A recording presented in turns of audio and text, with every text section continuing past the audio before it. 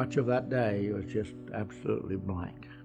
Now, there are other things that are so vivid that I've never been able to get them out of there.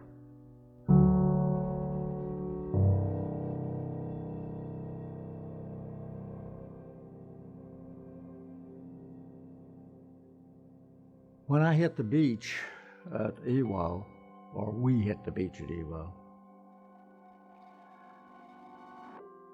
we had established on Guadalcanal a special weapons unit, that's what we called it.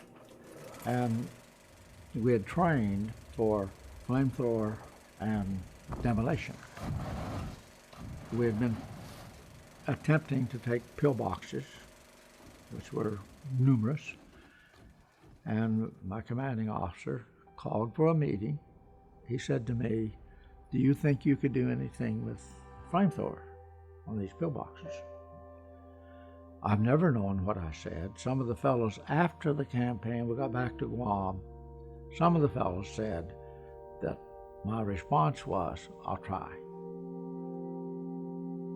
He assigned me 4 Marines, 2 automatic riflemen and 2 regular riflemen, and I separated them. I spread them out so that they could have a crossfire, and got the flamethrower on the back and started to work. I didn't know it because things are chaotic, but 2 of those Marines gave their life that day. They were there protecting me.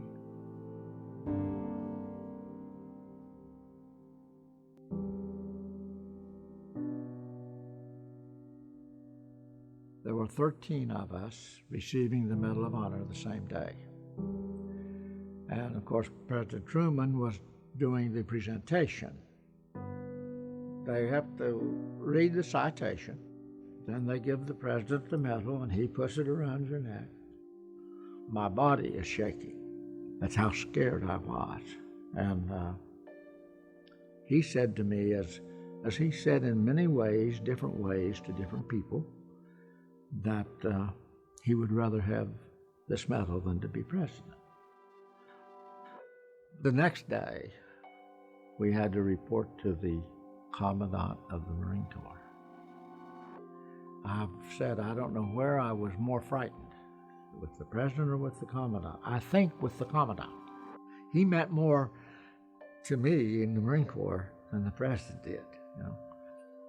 But in his conversation, one of the things that he said that's always been there is that medal. And he didn't make any motions. He's sitting there very stern. That medal does not belong to you. It belonged to all those Marines who never got to come home. That I remember.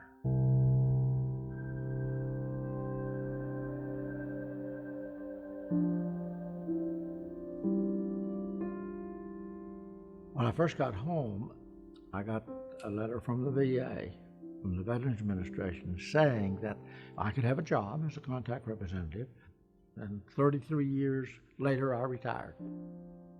I never dreamed what a great job it really was, because I'm going to be serving not only my fellow veterans, but I'm going to be serving families and survivors of veterans. And it makes you want to do everything you possibly can, and even more, to service them, to help them, to give them something that maybe they wouldn't have received any other way. So it was very rewarding. Best job in the world. I don't think it's a fault. But sometimes we do forget things that are very important to us, not necessarily just to us, but for historical purposes. We sometimes forget the sacrifices that have been made by families, by loved ones, by veterans, just so we can wake up free every morning. And without them, without that commitment that dedication and that sacrifice, we wouldn't be America. We'd be something else.